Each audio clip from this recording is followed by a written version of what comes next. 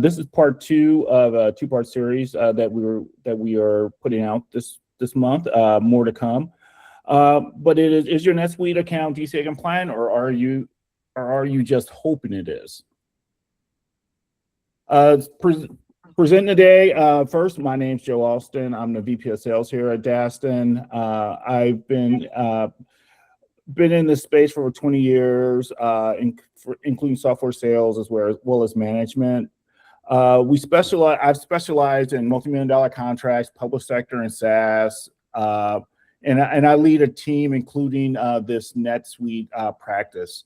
And then we also have, who's going to be presenting today, Brice Batchadji. He's our Director of NetSuite Operations.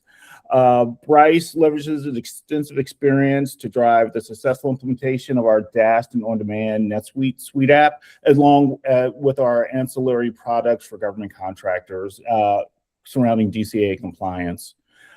His responsibilities encompass comprehensive project management, including coordination of stakeholders, and the transition of the tool to clientele. He's backed by over 10 years of government contracting and accounting compliance. Brice also has prior experience, including significant roles in several Big 4 organizations. A little bit about Daston. Daston, when it comes to the compliance space and working with GovCon, has over 15 years of experience. We are also a government contractor. We've been doing that for close to 25. We have over 500 successful implementations under our belt, and we pride ourselves on servicing the entire GovCon industry, be you in aerospace, financial services, energy, technology, telecom, manufacturing, healthcare, life sciences. We have you covered. A few things about us: we've been awarded by Inc. 5000 as one of the Fast 5000 for the last 4 or 5 years running. We are on our government side. We've been Google's Public Sector Partner of the Year for the last 4, and we continue to grow here. So we say all that to let you know that we understand both sides of the fence when it comes to procurement. Not only are we working hard with our subject matter experts on the NetSuite team to ensure that you are not only DCAA compliant, but you have the information you need when it comes to things like the FAR and audits. But we, on our side, we sympathize because we are a government contractor, so we have these pains on our end. So without further ado, if you want to, I'll hand it over to Brice. He can talk about the agenda, and we can go from there. Yes, thank you, Joe. Thank you a lot. Thanks a lot. As Joe sort of discussed, this is the second part of the webinar series. We had part 1 a few weeks ago. Thank you for all those who were able to join that call. So the agenda here, we're going to discuss. We're first going to discuss, do just a quick recap of what was discussed during that webinar. And then secondly, we're going to get into the foundation, right? What essentially, a lot of people hear the term an adequate accounting system. But what does that really mean? What do auditors generally look for? And then finally, we're going to deep dive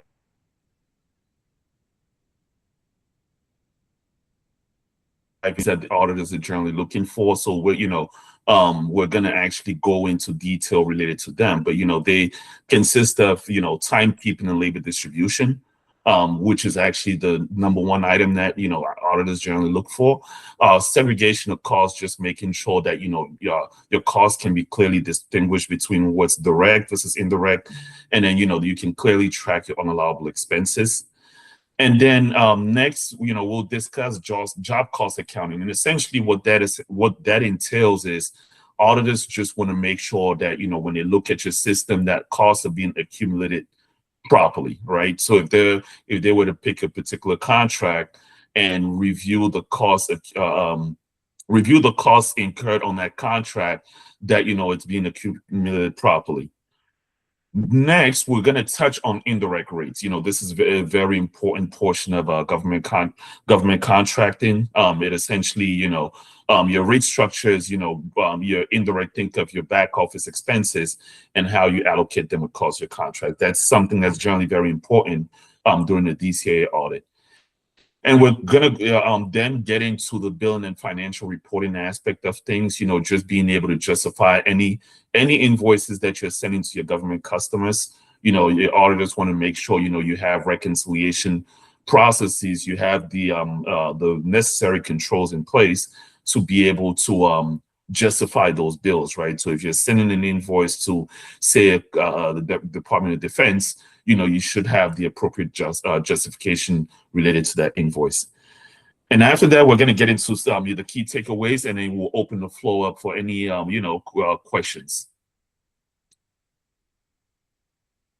So in terms of the recap, on the next slide here, we discuss we get into these are some of the items that we covered on our first on the first webinar, right? The first thing is we discussed the general triggers. We talked about the fact that generally an audit is triggered by the ability to get flexibly priced contracts.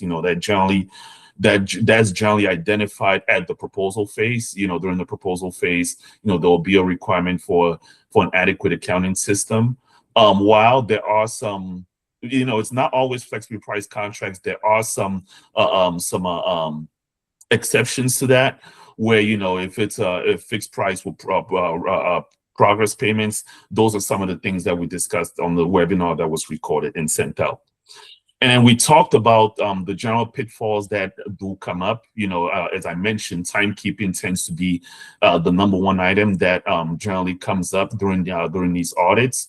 We talked about the fact that policies and procedures as well. For a lot of government contractors, they don't have the requisite policies and procedures to back the processes that have been designed. And then just inconsistencies, right, around the cost allocation processes. And just, the fact that, a lot of their controls are not necessarily automated, a lot of manual controls. Those are some of the main issues that we discussed that are general pitfalls that we see. Next, we talked about the overall consequences, which, generally range from a financial burden. I mean, on the worst end of the spectrum is basically the financial burden that's associated with that, right? Basically, loss of contracts is something that can potentially happen. But generally, it starts with, when you go through an audit, potentially having findings. But we talked about the fact that the government will always give you the opportunity to remediate those findings by providing a corrective action plan that essentially details how the company or the organization is planning to address those findings. Once that's, if you were to put together a corrective action plan, but don't execute it, then it gets to the next step, right? Which is basically it then starts, those findings then translate into your accounting system just being deemed inadequate in general. And once it's deemed inadequate, again, you still have opportunities, but eventually, there's a associated loss of reputation. And then finally, it can get to the point of just, being suspended from being able to bid on cost plus contracts or T&M contracts. And then we closed out our last webinar with the fact that, Daston is here to help. We provide services around just compliance and readiness assessments and, doing mock audits to make sure, you're well prepared for these, to make sure you're well prepared for these audits. Again, and I just want to mention the fact that, before we do get into the meat of our webinar today, I just want to mention the fact that, that webinar is available for any of the folks on the call who don't have access to the webinar. Please feel free to reach out to us, and, we'll be more than happy to provide a copy of the recording. Next, we're then going to get into the foundation of the accounting system. On the next slide, we're going to talk about what it means to really be what it really means to be adequate, right? Again, as I said, generally the misconception is that as long as you have a software that's designed for government contracting, it means you're compliant. But that's not necessarily true.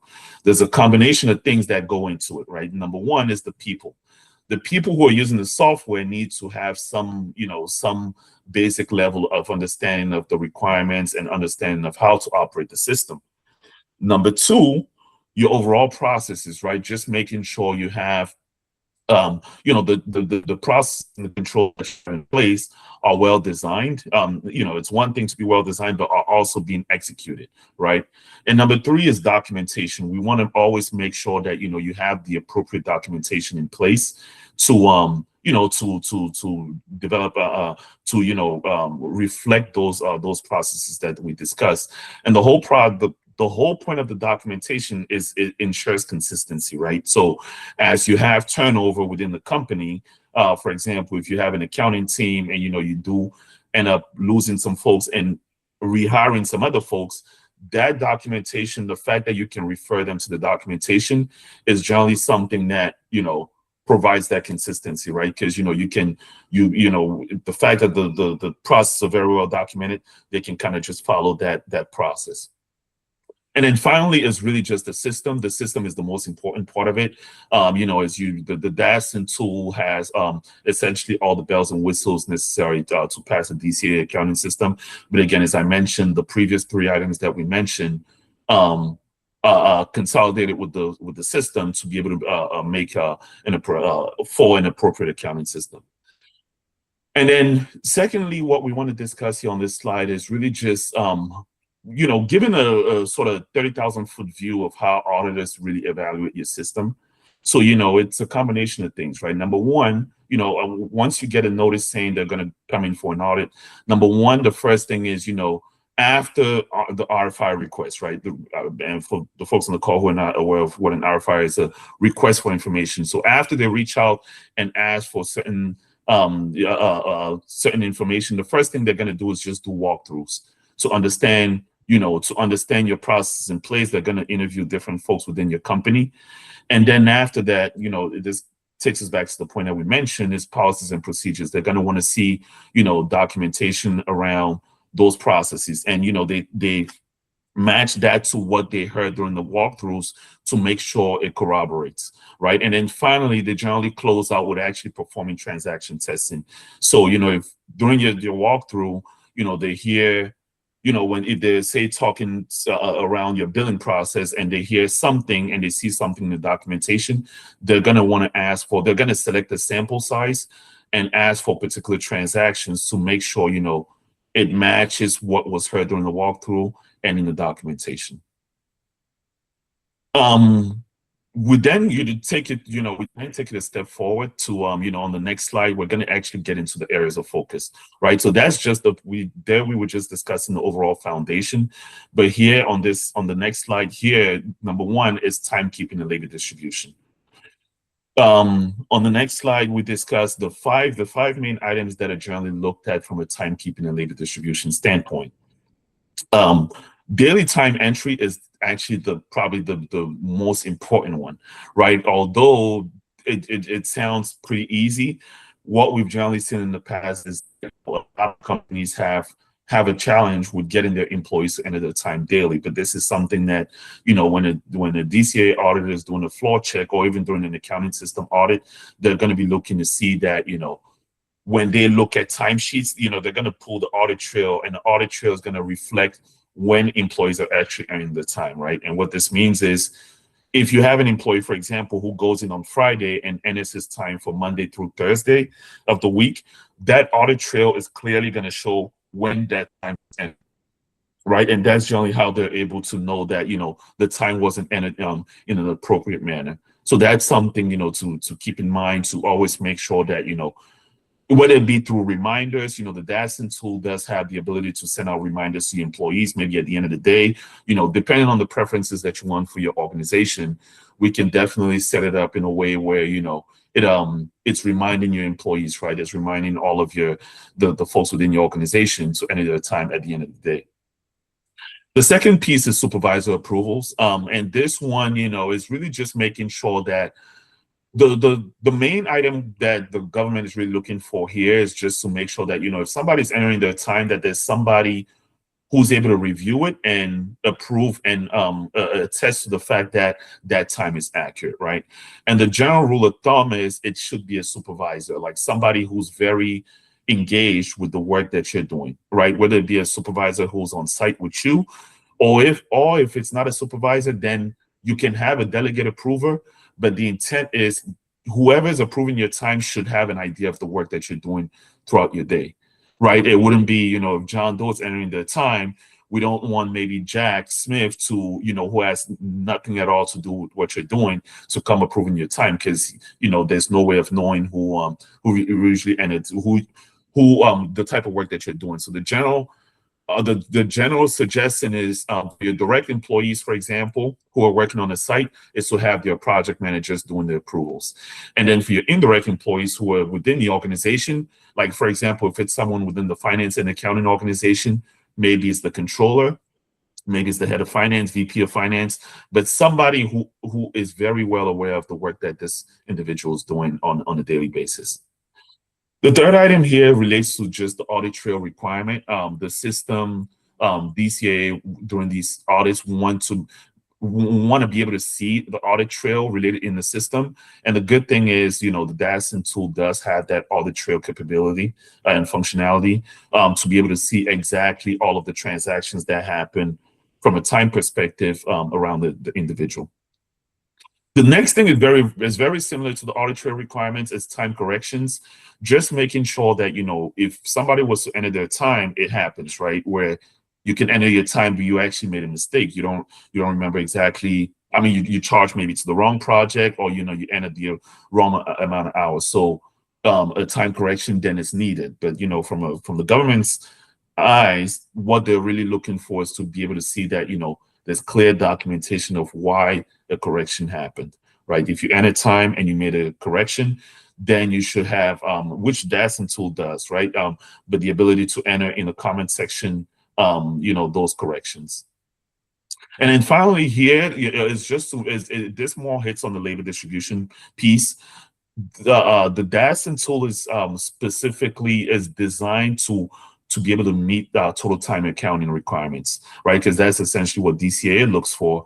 Total time accounting is essentially saying, the concept behind total time accounting is to basically say all hours worked by an employee should be charged some way, somehow, should be basically accounted for, right? So if an employee is a salaried employee, even if they worked more than 80 hours in a biweekly period, biweekly pay period, we should clearly be able to allocate their costs out based on their salary. So if the employee's salary is, say, $4,000, and instead of working 80 hours, they worked 100 hours and their salary, then, you know, you dilute their rate. Instead of it being, say, $50 an hour, their rate is that they're still paid the same salary, but their rate is diluted from a cost perspective to be able to allocate the cost appropriately to contracts.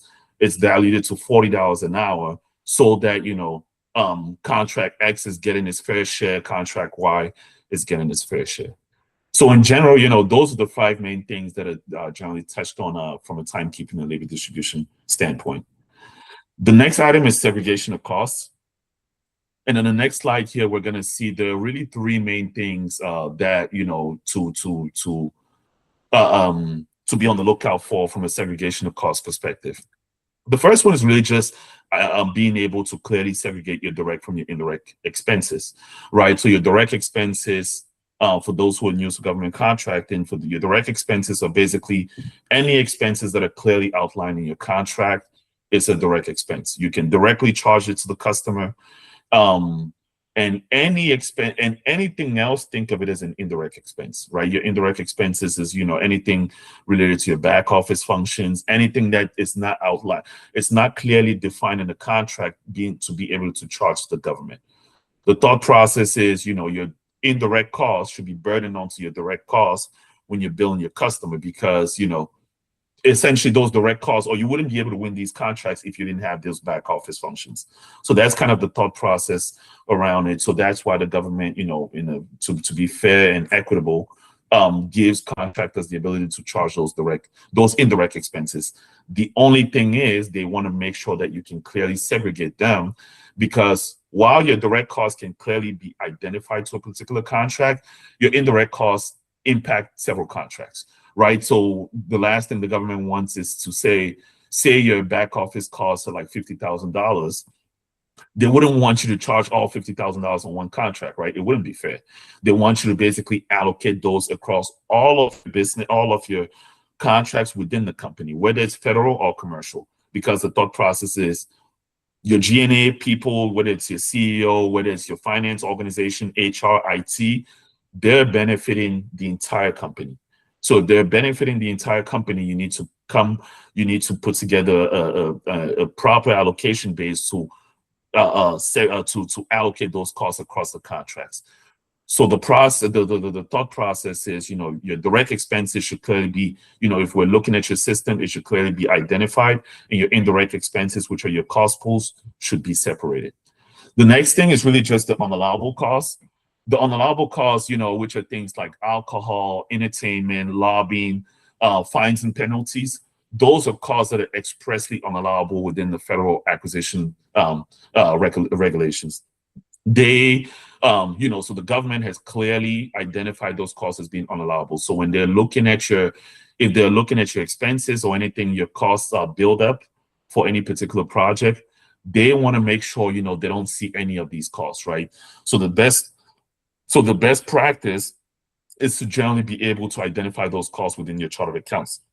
So that's clearly separated. Anybody who was looking at your accounts can clearly see that, okay, while we do incur these costs, but we take a step, or we take an approach as a company to clearly identify them and segregate them to not bill the government for it. And then finally in this section is really just making sure we have consistent practices. It's one thing to identify your direct and indirect costs, but what we see a lot of times is the process for charging those costs are not consistent, right? So if in month one, you have I'll take an example, company-wide training, you clearly identify that as an indirect cost, which is the way it's supposed to be. But in month 6, the auditor sees that same training, maybe if they pulled a sample employee and they requested their timesheets and those sort of things, and they see that the same training that this particular employee did is now being charged direct, when in month 1 it was charged indirect, that's going to be a finding. Because to them, it's going to be an inconsistent allocation, right? So they're also looking to make sure that if there's a methodology in place, that's being charged the same way throughout the fiscal year. That closes out the segregation of costs. We then get into job cost accounting. On the next slide here, you'll see the 3 main things that we touch on in terms of job cost accounting. And that's really just, number one, making sure that, which I briefly touched on in the agenda, making sure that, costs that are related to a particular contract can clearly be accumulated properly, right? So meaning, if you have a contract that has labor costs, subcontract costs, travel costs, that you have a clear way of identifying it, right? Which means, you can, when you're setting up a project, you clearly identify with the project number, so that, as these costs are going on to into your financials, that, somebody looking at it can clearly say, if they wanted to look at it at the project level, they can clearly say, these are the costs that are particularly, that are clearly for this particular contract. If it's for another contract, that, there's another clear identifier to be able to tell what are those costs that are related to that particular contract. The next one is related to really just the level of charging. At times on government contractors, your customer might be flexible enough to say, you can invoice, you can bill at the contract level, but at a lot of times they go a level further down, right? Whether it be at the task level or the CLIN-Level. The CLIN-Level is the lowest level, the contract line item number level. But basically, depending on the way the preferences or the requirements in the contract, you want your system to be able to do that, which the Daston tool, the way we set it up is able to do that, to make sure that, if it's at the CLIN-Level, the customer is ensuring that you're billing at the CLIN-Level, that, that particular CLIN is set up as a project, so you can clearly identify those costs that go to that CLIN. And the main reason behind that really is more so because on a lot of contracts, you can have different CLINs that have different billing requirements, right? You can have a CLIN or a task that's that the government says is cost plus, and another task or CLIN that could be from fixed price, another one could be T&M. So they just want to be They just want to make sure that, that's clearly segregated. If it's fixed price, they don't want you to bill the cost plus CLIN as a fixed price, and vice versa. And then lastly here is really just, making sure you have all the proper documentation to support all those costs, right? So if you're going to charge direct labor on the contract, that, that those costs could be traced all the way back to this employee's timesheet. So John Doe, if say John Doe is an engineer, you're charging on a particular contract, the invoice is going to reflect as an engineer. Say you're charging, 8 hours at a rate of, say, $200 an hour. That needs to be, those 8 hours, if an auditor was to come in, they'll come in and basically select this particular labor category and ask for the documentation for those 8 hours, right? So that will mean going back to the labor distribution, clearly showing how that reflects and is charged to the contract, and then going all the way back to the source, which is the timesheets, and making sure that, we can identify this particular employee who was hired to perform on the contract as an engineer and did incur this time, right? This 8 hours. That's essentially what that means. The next section takes us into the indirect rates. So on the next slide here, you're going to see the three main things, we want to highlight here from an indirect rate standpoint. And again, like I mentioned from the very get-go, this is as important as timekeeping. This is actually very important for government contracting purposes. But your pools and allocation basis, you want to just make sure that, you can clearly identify your pools, and your allocation basis, which is your methodology for grouping things up into those pools, right? And then next item here, which are fringe overhead G&A, these are in service centers. These are examples of cost pools, but you have a lot more, right? You can decide that you want to have separate different overheads, an on-site versus an off-site overhead. Some companies have maybe, because they have different types of work, they might have an engineering overhead versus a manufacturing overhead, because manufacturing does tend to have a lot of costs, like the rate tends to be very high. So, a company can decide that, I want to separate my manufacturing versus my engineering overhead. But the key items that I want to mention on those two items is that you want to make sure that if you have an indirect cost pool and you're grouping expenses into that particular pool, that those expenses are homogeneous in nature. And what the government means by the term homogeneous is that, they're very similar expenses, right? An individual looking at the expenses in that pool can see that there's a clear, there's a clear similarity between the types of costs included in there. And then from an allocation-based standpoint, just making sure the allocation base is basically the driver of the cost in the pool. So, if you have pools, your fringe expenses, for example, the expectation will be that your allocations will be direct labor, because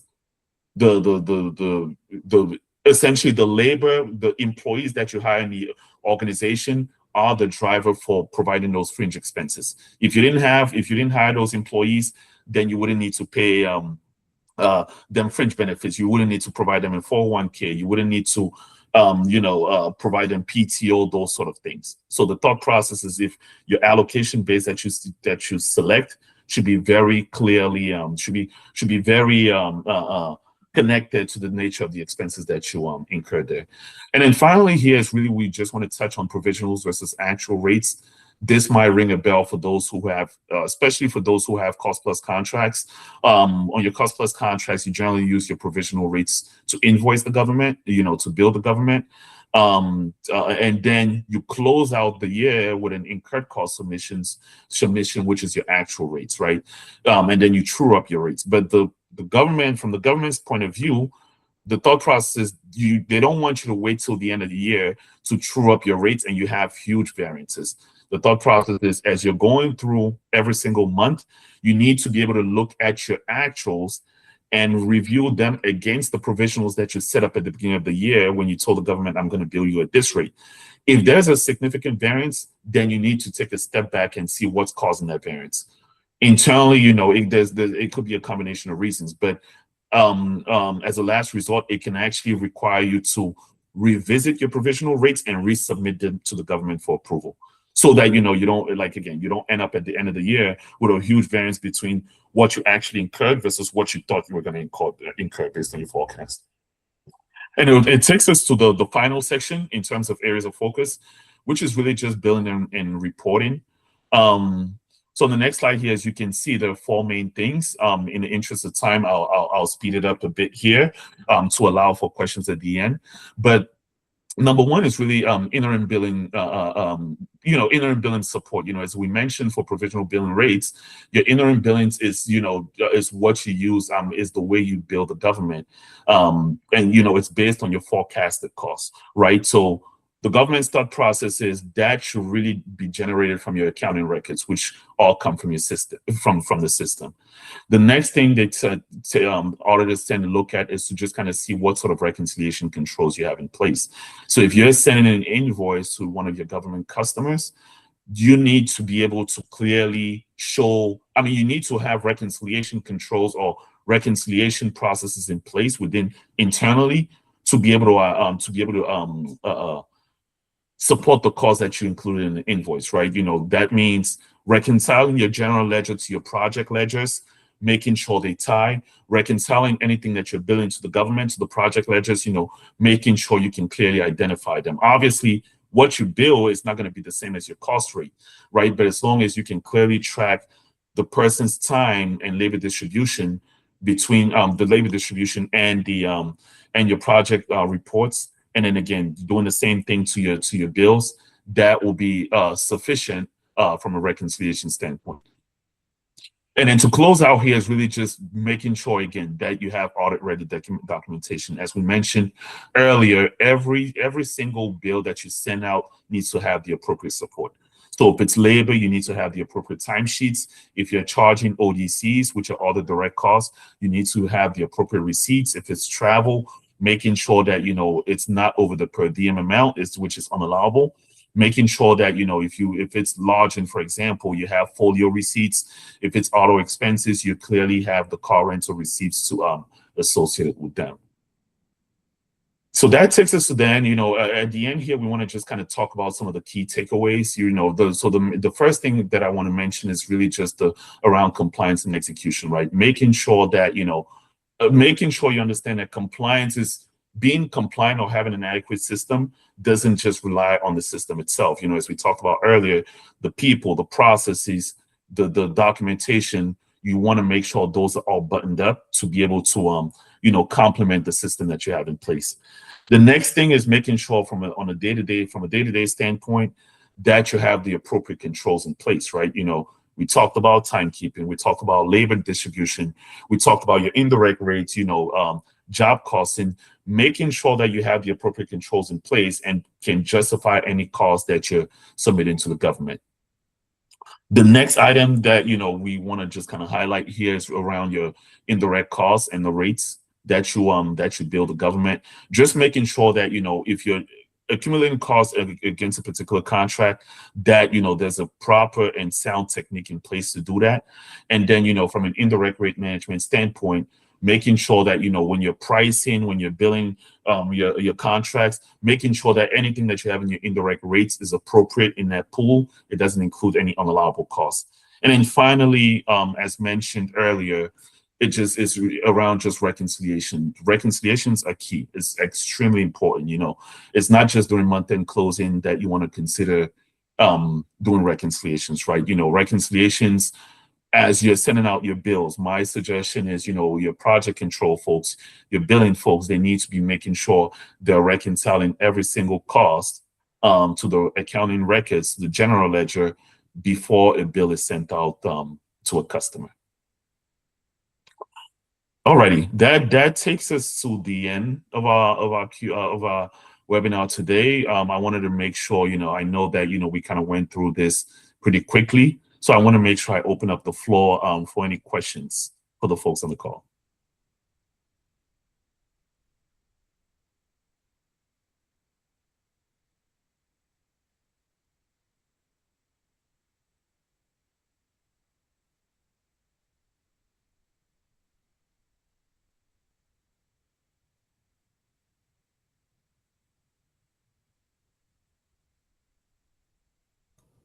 Brice, can you see the question in the chat? Yes, yes. Thank you, Jen, for pointing that out. All right, I'm just reading the question here. Okay, so for folks on the call, the first question is, if an auditor is selected a cost from a recent government invoice, how would they trace it all the way back to the original source document? That's actually a great question. You know, it takes us back to some of the content we discussed earlier. If, you know, generally the way it works is during an audit, the auditor goes through, performs a risk assessment and selects what they call a sample. That sample, when they select that sample, they basically ask for all of the source documentation. So if they were to look in, and they would generally pick it from an invoice, right? So if they were to go through an invoice and say, okay, we're seeing, you know, we see John Doe bill this amount of hours for these amount of dollars, take us back to the source documentation on how you got there, right? It starts all the way from timekeeping. They're going to expect to see timesheets, right? The timesheets from John Doe need to be able to match what is reflected in that invoice. Once they make their way through timesheets, they're going to ask for your labor distribution reports. Your labor distribution is going to basically reflect those hours and the costs associated with those hours, right? And then they're going to look to see your project status reports. Your project status reports are going to show how, you know, the buildup is going to show how those costs and those hours are included in the records for this particular project, right? And then they see, and then they can see how, you know, you recognize the revenue and it made its way on the invoice.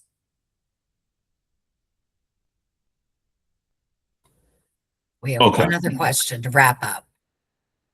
Got it. Okay. Reading the question. How often is it expected for my organization to compare actual indirect rates to provisional billing rates? And what happens when a significant variance is identified? Yes. So as I mentioned earlier, the expectation for the government is that you're monitoring your rates throughout the year. And you're not actually waiting till year end. The best rule of thumb is it should be done at least monthly. For the best practice is to do it during month end close, right? So during month end close, for most companies, they have a checklist that they use, you know, the accountants use to and go down the checklist, you know, to perform their reconciliations, making sure their fixed assets, all of their recurrent journal entries are entered. And another step will be to just, you know, making sure you can print out your statement of indirect expenses, monitor them against your provisional billing rates, and just making sure that, you know, anything that sort of stands out, right? A lot of times what we generally see, what causes a variance could be the fact that you anticipating a new contract, but that work doesn't come in, right? So generally what happens there is if that work doesn't come in, you already hired a back office, you potentially already hired a back office team to be able to support this contract, but the work is not in yet. Then your cost pool, I mean, basically anything that's in the pool is inflated, right? You have a lot of expenses versus what you have in the base, which is supposed to be this work that you were anticipating. Now the base shrunk, the work, the pool is higher, so it drives up your indirect expense, your indirect rates. If that's the case internally, then you basically just know, you know, it's, if you know the contract is potentially going to come maybe a month after and you're going to balance it out, then there's no cause for concern.